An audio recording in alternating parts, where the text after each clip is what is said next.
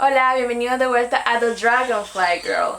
Ha pasado un ratito desde el último video, pero hoy les traigo otro acerca del libro. Pero no es sobre cualquier libro.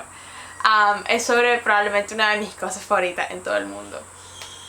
Las personas que me conocen saben de que yo soy súper fan de Tolkien. Es mi autor favorito, lo leo desde que estoy chiquita. El Hobbit fue lo primero que leí en la vida. Entonces estoy como muy familiarizada con todo. Veo las películas del Señor de los Anillos y del Hobbit por lo menos como 2 o 3 veces al año. Es como que una de las cosas que pues más me gustan, que amo.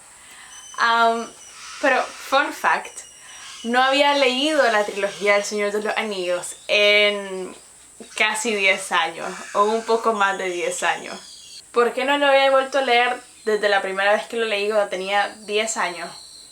Para ser sincera no tengo idea, pero ahora que los releí me alegra haber tomado como que ese espacio de tiempo entre una lectura y otra, porque los libros son muy diferentes a como yo los recordaba. Pero una de las cosas que más me llamó la atención mientras iba leyendo los libros es que yo pensaba que las adaptaciones del Señor de los Anillos eran como las adaptaciones más fieles que existen en el mundo. Y me di cuenta de que eso no es necesariamente cierto. Debo recalcar que no estoy criticando de ninguna manera las películas. Yo amo esas películas casi tanto como amo los libros. Son como que siento de que esta trilogía es una de las mejores cosas que ha pasado en la historia de la humanidad. O sea, son demasiado geniales y podría pasar literalmente todo el día hablando de esas trilogías y jamás les podría hacer justicia. Pero decidí que para el video de hoy voy a estar hablando un poco sobre algunos redescubrimientos que fui haciendo mientras estaba releyendo la trilogía del Señor de los Anillos, contrastado un poco con las adaptaciones cinematográficas, porque por supuesto que después de leer los libros volví a ver las películas. Probablemente este video va a estar dividido en 3 partes para poder dedicarme bien a la Comunidad del Anillo, las 2 torres y el Retorno del Rey respectivamente. Pero voy a tratar de subir estos videos uno después del otro. Por si los ven, al menos pueden ver como que toda mi opinión completa. Y así también no los aburro y no los canso con demasiadas palabras, porque hablo mucho. Empecemos con la Comunidad del Anillo.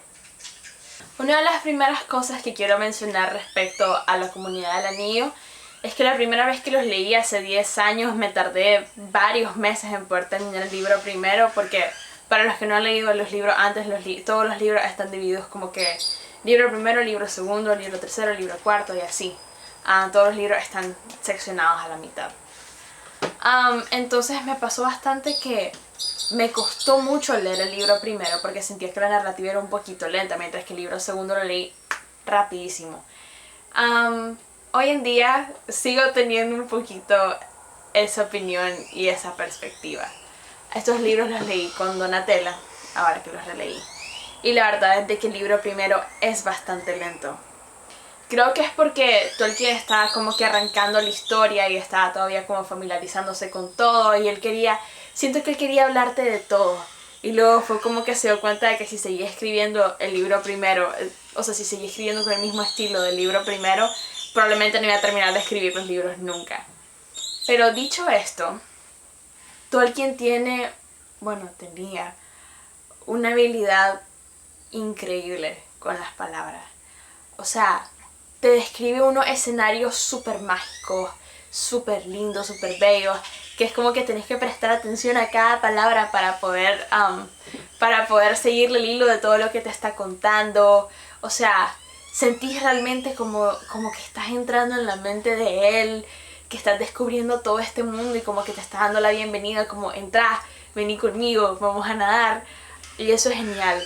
Es una característica muy única de él. Es genial cuando un autor tiene la capacidad de transportarte de esa forma. Y la verdad es que disfruté cada segundo que iba leyendo de eso. Pero sí es un poquito lento. Ya entrando más dentro del contraste del libro-película, hice una lista de todos los temas en los que me quiero detener para que no se me olvide nada. Entonces, primero quiero empezar con cómo funciona el paso del tiempo en estas películas. A veces el paso del tiempo puede parecer un poquito ambiguo, cuando estás viendo las películas, pero en los libros hay unos saltos de tiempo que me parecen bastante interesantes. Entonces, entre los eventos del Hobbit y el Señor de los Anillos ocurren, me parece que 50 años. 50 o 60 años. Se me hace más que son 60. Entre que Bilbo regresa de su aventura y luego llega a su cumpleaños 111. Son aproximadamente 60 años que Bilbo tuvo el anillo en la comarca. Otra de las cosas que no te mencionan es que Bilbo y Frodo cumplían el mismo día. Solo de que en ese momento, y esto sigue teniendo que ver con el paso del tiempo, Frodo estaba cumpliendo 33 años. Que en la comarca es considerado que un hobbit llega a esa edad a la mayoría de edad. Antes de eso pasas como que en tu juventud, tu adolescencia y todo eso, ya a los 33 te convertías en un adulto. Porque era bastante común que los hobbits vivieran más de 100 años, entonces los tiempos funcionaban diferente para ellos. Después, cuando Bilbo se va y le deja el anillo a Frodo, y Gandalf le dice que lo mantenga a salvo, que lo mantenga escondido y que él va a volver, entre ese momento a cuando Gandalf vuelve a la comarca para decirle a Frodo que tiene que huir, pasaron 17 años. 17 años en medio de los cuales Gandalf aparecía esporádicamente, pero no parecía haber nada muy fuerte sucediendo. Y de hecho, para el tiempo en el que Gandalf vuelve y le dice a Frodo que se tiene que ir, habían pasado 9 años sin que Frodo haya visto a Gandalf. Eso significa que para cuando Frodo empieza su aventura, él ya tiene 50 años. Que es más o menos lo mismo que tenía Bilbo cuando empezó su aventura. Entonces sucede también que toda la cuestión parece muy urgente, y de hecho parecía urgente desde hace muchísimo tiempo. Sin embargo, la aventura no empieza de inmediato tampoco, sino que Frodo le dice a Gandalf: dame una cantidad de meses para yo poder organizarme y después me voy a ir a la comarca y nos vamos a ver. Creo que dijeron que se iban a ver como en 3 meses o algo así, porque Frodo quería despedirse de la comarca. Lo cual no parece algo muy prudente si tu vida corre peligro, pero está bien. Entonces, para su coartada, Frodo básicamente vende Bolsón Cerrado a los Sacobia Bolsón, que es la familia que Bilbo detestaba, y luego él decide que va a comprar una casa en Krikava y que se va a mover ahí, que eso es cerca de Logamo, es porque la mamá de Frodo era de Logamo. Pero el viaje a Logamo, después del periodo de meses que le estaba esperando, tomó como 5 días hasta que llegaron a Krikava. Y después de ir a Krikava, llegaron al bosque, que es donde se encuentran con Tom Bombadil, que ya vamos a llegar ahí. Y ese viaje también les toma varios días. Luego llegan a Bree, y de Bree a Rivendell les toma como 10 días llegar ahí. Y luego después de Rivendell a Moria les tomó como varias semanas, me parece. Y después de que toda la comunidad se dispersa. Y pasaron, me parece que casi un mes en Lothlórien. Casi un mes en Lothlórien, si no me equivoco. Entonces es como que tenés como que estos grandes pedazos de tiempo. Pero después, todos los eventos de las dos torres ocurren en un periodo de 11 días. Lo cual es como súper rápido. Y luego los eventos del retorno del rey ocurren también en una cuestión de días. Ocurren tal vez como en 2 semanas. Desde que Pippin llega a Minas Tirith hasta que el anillo es destruido. Sí, creo que lo más que sucede son como 2 semanas. Entonces primero tenés como que estos grandes periodos de tiempo y luego todo pasa súper rápido. Entonces creo que el paso del tiempo es algo de lo que no se habla lo suficiente en El Señor de los Anillos y yo lo quería mencionar. Sin embargo, creo que el tiempo funciona diferente en las películas y esta es la razón por la cual yo creo eso. Primero que nada, no se siente como que hayan pasado 17 años entre que Gandalf va y vuelve. Para mí que a lo más en las películas pasaron unos cuantos meses. Y lo otro que tengo que mencionar es que mientras va transcurriendo los eventos del Señor de los Anillos, Aragorn tiene 87 años. Pero si nos vamos atrás en el tiempo, muy atrás en el tiempo, cuando están sucediendo los eventos del Hobbit, lo cual es como en los libros 77 años antes de los eventos del Señor de los Anillos, significaría que Aragorn al final de los eventos del Hobbit tiene apenas 10 años. Sin embargo, en las películas del Hobbit tenemos esta escena. Find the Dunedain. There's a young ranger amongst them. You should meet him. His father, Arathon, was a good man. His son might grow to be a great one. What is his name? He is known in the wild as Strider. His true name you must discover for yourself. Entonces, según la cronología de los libros, Thranduil estaría enviando a Legolas a buscar a un niño de 10 años, lo cual no es posible porque en ese entonces Aragorn ni siquiera sabía que él era Aragorn. De hecho, de acuerdo con los apéndices del Retorno del Rey, Aragorn apenas a los 20 años fue que le empezó como que su travesía de Montaraz y explorar las tierras salvajes y de matar orcos, lo cual significa que él no estaba haciendo eso, estamos como 10 años adelantados a esos hechos. Y es por eso que yo no creo que los tiempos de las películas funcionen igual que los de los libros, sobre todo porque no se me hace que ese espacio de 17 años exista en las películas. El segundo tema en el que me quería detener son los personajes eliminados de las películas. Sucede bastante, no solo en El Señor de los Anillos, sino también en otros libros de Tolkien, que nuestros héroes hacen como diferentes paradas en sus viajes y se van encontrando con personajes que realmente no reaparecen más adelante en la historia. Entonces tiene mucho sentido que estos hayan sido recortados o que no hay espacio para ponerlos o que simplemente no tienen tanta relevancia en la trama como para meterlos más. Entonces, 3 de los personajes en los cuales me quiero detener de los personajes eliminados de las películas son Tom Bombadil, Gildor y Glorfindel. Primero me voy a detener un poquito en Gildor porque es el que aparece primero. Básicamente la aparición de este elfo se reduce solamente a la escena que vemos al principio de la Comunidad del Anillo, que es cuando se encuentran con los elfos que están viajando hacia los Puertos Grises para volver a Valinor. Básicamente no hay mucho más que decir acerca de este personaje. Básicamente aconseja a Frodo y Sam y Pippin que estaba con ellos, y luego simplemente no sucede mucho más. Y creo que él vuelve a aparecer hasta el final de la historia y ni siquiera tiene diálogos. Entonces, si yo estuviera haciendo las adaptaciones y me estuviera quedando sin tiempo, esta sería probablemente una de las cosas que yo también recortaría. Respecto a Tom Bombadil, él toma un rol un poquito más importante en ese periodo de la historia, pero nuevamente no vuelve a aparecer nunca más. Entonces también tiene sentido de que no esté incluido. Sobre todo porque siento de que es una cosa que en medio de la historia atrasa un poco que los hobbits puedan seguir avanzando y progresando la historia. Pero básicamente una de las cosas que me llama la atención de Tom Bombadil releyendo los libros es que el anillo ni siquiera le hace cosquillas. Entonces eso te hace como que levantar muchas preguntas al respecto, como quién es este ser que puede resistirse 100% absolutamente al poder del anillo. A tal punto que incluso en el concilio de Elrond discuten la posibilidad de entregarle a Tom Bombadil el anillo, ya que claramente no tiene ningún efecto sobre él. Pero Gandalf sugiere que si se lo dieran a Tom Bombadil, este sería tan despistado como para perderlo. Entonces, creo que podría ser un personaje del que tal vez me gustaría investigar más. Pero en cuanto al contexto de la historia, sinceramente no me molesta demasiado que lo hayan quitado.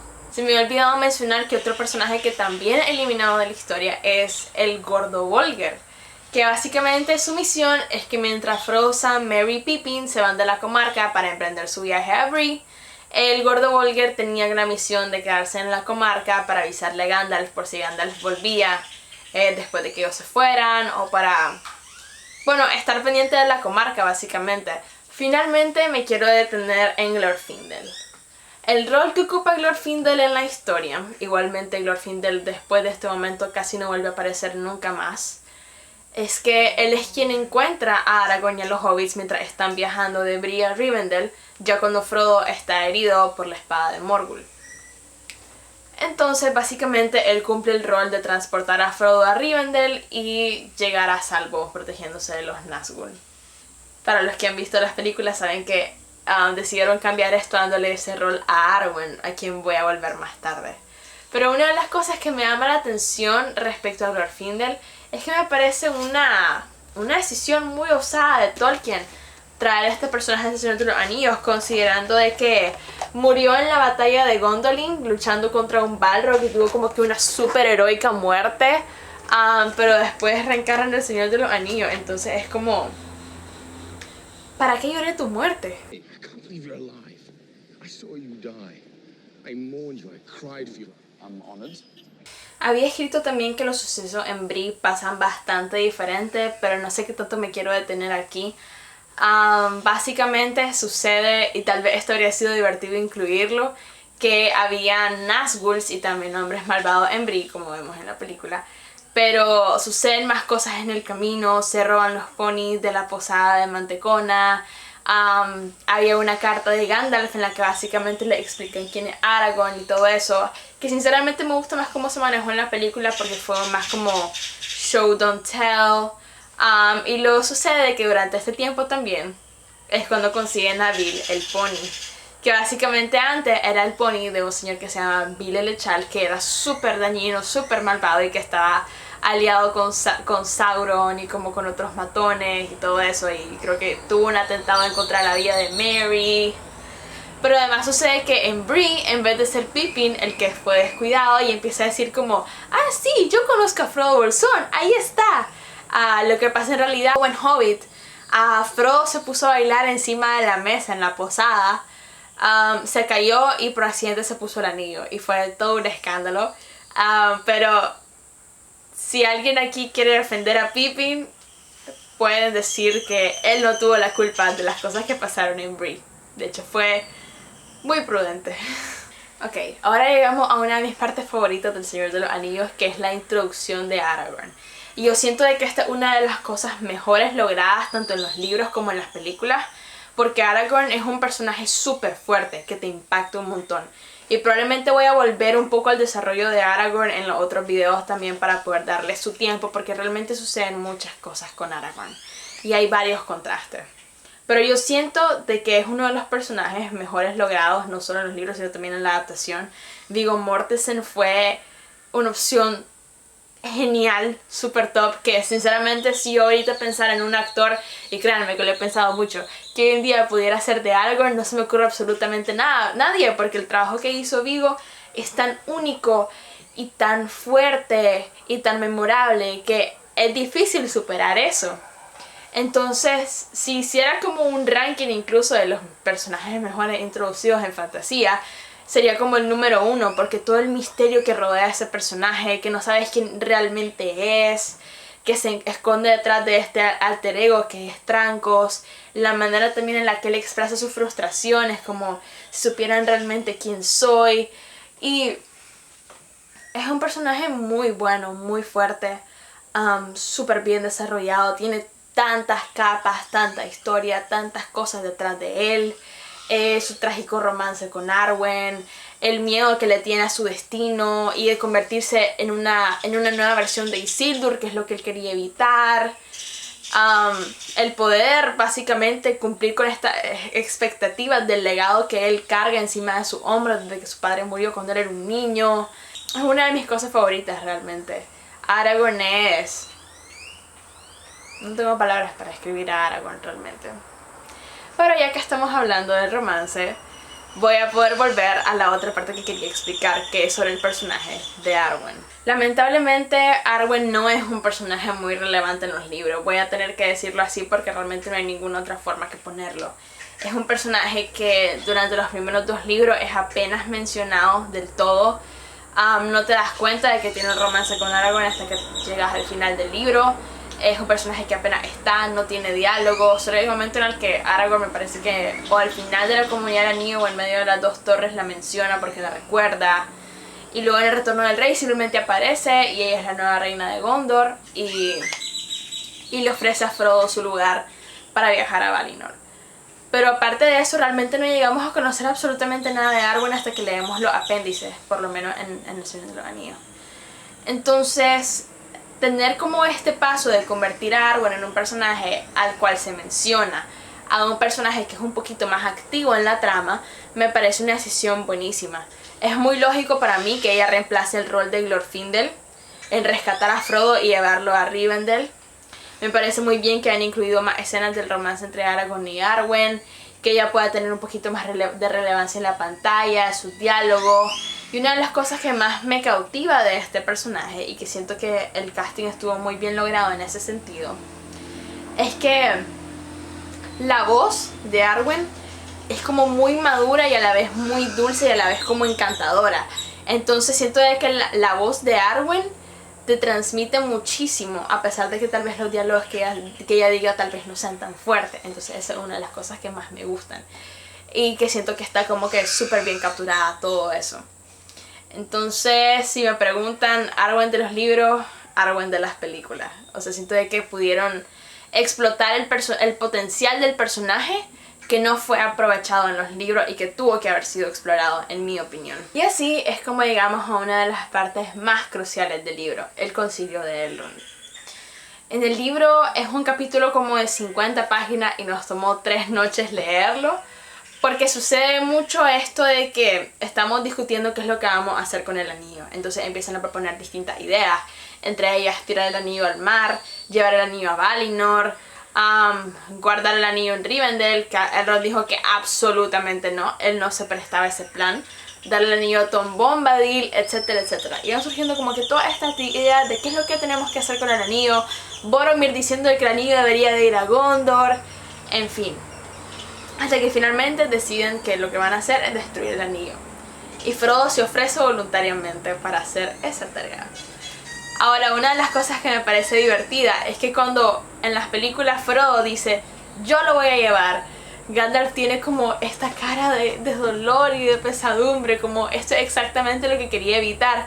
Mientras que en los libros Elrond dice algo así como que gracias a Dios, yo estaba esperando que vos te ofrecieras, porque si no, no sé qué habríamos hecho. Porque una de las cosas curiosas del anillo es que entre más poder logre obtener a través del portador que tiene, es más posible que lo logre corromper más rápido y que pueda volver a Sauron. Entonces básicamente la idea es que tenían que darle el anillo a alguien que no pudiera ser tan fácilmente corrompido, pero al mismo tiempo que si fuese corrompido no tuviera como que tanto. Entonces Frodo era pues la opción ideal. Pero sucede también, y eso tal vez habría sido divertido incluirlo en la película, que Bilbo es el primero que se ofrece para dejar el anillo. Pero siento de que todos lo miran con tanta simpatía y tanto respeto. Y es tan lindo, en parte porque yo amo a Bilbo, pero habría sido genial ver eso y le dicen como que no, Bilbo, ya estás muy viejo. Esta ya no es tu responsabilidad. Pero en general el concilio de Elrond está súper bien. También sucede que Sam estuvo en el concilio todo el tiempo. No estaba escondido, sí llegó sin ser invitado, pero no estaba escondido entre las plantas. Y bueno, también pasa que Pippin se rehúsa a regresar a la comarca, nuevamente porque él es menor de edad. Y finalmente se forma la Comunidad del Anillo, que a propósito son 9 personas, porque Elrond decía que tenían que combatir a los 9, que son los Nazgûl. Entonces dice, si Sauron tiene 9, nosotros también tenemos que tener 9. Y así fue como quedó formada la Comunidad del Anillo, que son Gandalf, Aragorn, Legolas, Gimli, Boromir, Frodo, Sam, Merry, Pippin. Bueno, ahora que ya nos estamos adentrando un poquito más a directamente los personajes de la comunidad y cómo se va desarrollando esa parte de la historia, yo quiero hablar particularmente sobre un personaje que siento de que le cae demasiada como controversia e injusticia, y yo realmente lo voy a defender con capa y espada. Y ese es Boromir. Boromir es uno de mis personajes favoritos de toda la trilogía y sinceramente nadie me va a sacar de ahí. O sea, siento de que tiene tantas capas y tanta complejidad, al mismo tiempo defectos que realmente te podés identificar, y como personaje se merecía más, pues, porque él había dedicado toda su vida a hacer lo que él pensaba que era correcto. Entonces todo lo que va pasando y todas las decisiones que él toma dentro del contexto de Boromir tienen sentido. Hay que tomar en cuenta que tanto él como Faramir vivían bajo la presión de Denethor y sentían de que tenían que ser los protectores del reino, que tenían que ser estos grandes héroes, y Boromir estaba dispuesto a cumplir ese rol porque le importaba a su pueblo, le importaba Minas Tirith, le importaba que Gondor sobreviviera. Había dedicado básicamente toda su vida adulta a proteger a Gondor, había liderado ejército, había ido a batalla, había probablemente visto morir a muchos de los suyos, probablemente personas que eran cercanas a él. O sea, Boromir había sacrificado toda su vida adulta a ser el héroe que Gondor necesitaba.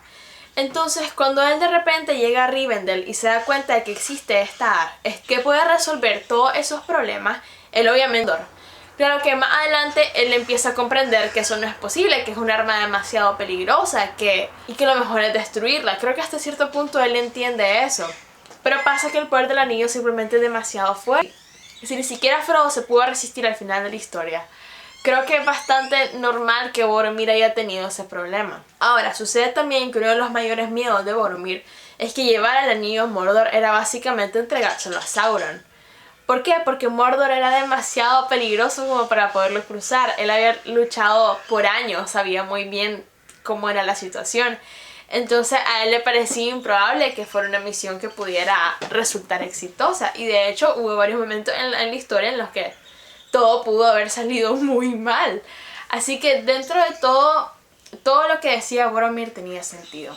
Lo otro es que esta rivalidad entre Aragorn y Boromir, en la que básicamente Boromir no quería admitir que Aragorn era rey, no sucede tanto en los libros. Creo que más bien Boromir está tratando de convencer a Aragorn de que fuera a Gondor porque lo necesitaban.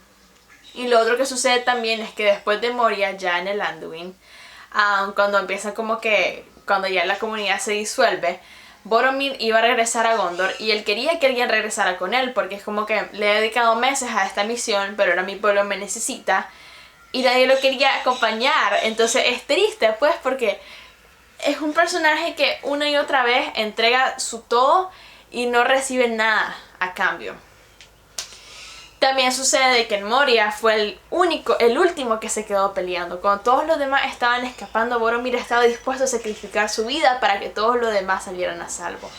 Entonces él cuenta con todas estas cualidades y todo este deseo de hacer el bien que te termina doliendo que él muera. Sobre todo porque en su momento de debilidad en el cual él intenta quitarle el anillo a Frodo, él se arrepiente inmediatamente y Frodo se habría dado cuenta de eso si se hubiera quedado 5 minutos más. Pero al final Boromir también trata de rectificar su error lo mejor que puede. Lamentablemente nunca llega a disculparse con Frodo por lo que pasó. Y luego sacrifica su vida tratando de salvar a Merry y Pippin. Entonces creo que dentro de todo, Boromir es un personaje que no se merece el odio que a veces se puede tener con él. Pero dentro del contexto de la historia, es alguien que se merecía algo mejor y yo lo voy a defender, lo siento mucho. Ya no estoy muy segura en qué orden estoy diciendo esto y me estoy quedando sin luz, pero la última cosa que apunté dentro de la comunidad del anillo fue Moria. Dentro de la comunidad solo habían 2 personajes que habían estado en Moria antes y esos son Gandalf y Aragorn. Y una de las cosas que más me llama la atención tanto en los libros como en las películas es que Gandalf recuerda por dónde ir a través de los túneles por el olor. Entonces es una cosa que me llama bastante la atención porque Moria es un lugar muy oscuro, muy desolado. Básicamente no hay casi puntos de referencia que puedas tener porque son palacios y cuevas enormes en las que supuestamente nadie ha habitado por miles de años. Entonces me da curiosidad saber qué aventuras sufrió Gandalf en Moria como para que el olor sea tan distintivo que lo ayude a ubicarse a través de las cuevas. Otro aspecto importante y probablemente trágico de esta aventura en Moria es que si han visto las películas o han leído El Hobbit, entonces están familiarizados un poco con la compañía de Thorin. No sé si esto pasó porque todavía no habían hecho las películas del Hobbit y no toda la audiencia iba a reconocer a estos personajes o conectar emocionalmente con sus muertes. Pero Dwalin no es el único enano de la compañía de Thorin que falleció en los túneles de Khazad Dûm. Dwalin era básicamente el jefe de la expedición para recuperar y repoblar Moria. Él tenía una ambición muy grande de esto, tal vez por el éxito que habían tenido con Erebor. Pensaba que Moria iba a ser pan comido, pero no fue el caso. Y Dwalin fue asesinado por orcos. Luego, Oin, me parece, fue asesinado por el monstruo que guardaba la puerta, que no sé si lo recuerdan. Y luego Orin es el que empieza a escribir todos estos eventos en el gran libro que encuentran abrazado a un cadáver de enano, el cual probablemente era Ori. Entonces básicamente es como que si esperabas que los enanos después de la aventura en Erebor tuvieran un final feliz, hay 3 de ellos que no lo tuvieron, lamentablemente. Finalmente, el último aspecto de Moria en el que quiero pausar es el diseño del Balrog. Todo el tiempo, pero el diseño del Balrog es una de las cosas mejores logradas en la adaptación de Señor de los Anillos. Porque te das cuenta de que es una criatura majestuosa con la cual no puedes jugar. Tiene muchísima presencia, tiene como que todo este feeling de una criatura que viene del Underworld, que es súper antigua, súper peligrosa y al mismo tiempo un poco sagrada. Entonces Es como no puedes comparar lo que sobrevivieron en Erebor contra Smaug contra el Balrog. O sea, los Balrog destruyeron Gondolin también. Glorfindel murió luchando contra uno y luego lo traen de regreso. Entonces son como estas criaturas majestuosas a las que tenés que tenerle miedo. Y siento de que todo en la película te hace sentir que así es sin tener que explicártelo. O sea, lo grande que es, los cuernos, que está cubierta en llamas, los rugidos, todo está súper bien hecho. Realmente pudieron agarrarlo del libro y escupirlo a la pantalla. Lo último en lo que me quiero detener, ya para cerrar el video, es el tiempo en el que la comunidad pasó en Lorien. Como mencioné anteriormente, creo que estuvieron ahí como por un mes, lo cual no es algo que se vea tan evidenciado en la película. Y una de las cosas que tampoco te mencionan es que la entrada a los Lorien es mucho más delicada y mucho más complicada de lo que te muestran. Querían ponerle venda a Gimli por la rivalidad que existe entre los elfos y los enanos. Y básicamente la comunidad dijo de que si le ponían vendas a Gimli tenían que ponerle vendas a todo el mundo porque no era justo que ellos pudieran ver el bosque, que es un bosque majestuoso y de fantasía y básicamente en la que estaban, porque estaban como que los árboles de Malorn, que son unos árboles que se miran como plateados y tienen unas hojas doradas y son preciosísimos. Legolas hace una descripción bellísima del bosque mientras van recorriéndolo. Y luego llegamos a conocer a Galadriel, que si me preguntan, Cate Blanchett es algo así como que el casting más acertado que pudieron haber hecho, porque logra darles como que cierto tono de madurez y sabiduría en los ojos, pero al mismo tiempo cierta belleza y cierta ternura que es como una belleza madura. Y es genial, ella hizo un trabajo excelente con ese personaje, es completamente suyo. Quiero explicar un poco lo que sucede cuando tienen la conversación en el espejo de Galadriel, ella y Frodo. En el libro Sam también estaba presente, pero sinceramente creo que fue una buena idea de que solo estuviera Frodo en ese momento, porque le da como más solemnidad y más privacidad a ese momento y termina siendo como una conversación de portador a portador y realmente la carga y el dolor que significa ser un portador del anillo. O sea, Galadriel le dice, ser un portador del anillo significa estar solo, lamentablemente. Y hay todo como un tono trágico alrededor de esto, porque Galadriel sabe que una buena parte de su poder proviene del anillo de ella, porque ella tiene uno de los 3 anillos que fueron fabricados para los elfos y ella lo tiene, lo guarda, lo mantiene seguro, protegido, escondido. Y ella sabe que cuando se destruye el anillo, todos los poderes que vienen con el suyo van a desaparecer y básicamente sus poderes en la Tierra Media ya no van a tener la misma fuerza e influencia que antes, y ese va a ser su momento para volver a Valinor. Y es muy triste porque te das cuenta de que todo este bosque maravilloso que te describió Legolas va a desaparecer. O sea, toda la magia de los elfos y todo la huella que ellos dejaron en la Tierra Media, luego simplemente ya no va a importar, su tiempo ya terminó. Pero otra de las cosas que te muestran es que se supone que Galadriel es como que el ser más sabio y poderoso de la Tierra Media, al menos en mi opinión. Y aún así, ella tiene su momento de tentación en el que ella se pregunta, ¿debería tomar el anillo del poder para mí? Y que ella se pueda resistir y al final decir, me iré empequeñeciendo, pero seguiré siendo Galadriel, es una analogía súper fuerte sobre cómo el poder destruye quién sos y destruye tu identidad. Ella prefería perder su poder, pero seguir siendo ella. Y creo que eso es muy fuerte y muy profundo, y no tengo palabras para decir cómo me hizo sentir leer eso, pero la codicia te destruye. Y esa es una lección que el libro te quiere dejar muy en claro. Y bueno, con eso concluimos mi retrospectiva de la Comunidad del Anillo. Gracias por llegar hasta acá. Y lo siento, porque sé que el video va a ser un poquito largo. Esta es la primera vez que hablo realmente sobre un libro en específico y hago como un deep dive y tantos contrastes en retrospectiva de hace 10 años cuando lo leí por primera vez, y ha sido un ejercicio muy interesante. No puedo esperar a analizar los otros 2 y espero que estén aquí para verlo. Me pueden seguir en Instagram, se pueden suscribir a mi canal. No publico videos muy seguido, pero cuando lo hago me divierto mucho. Y bueno, gracias y bye.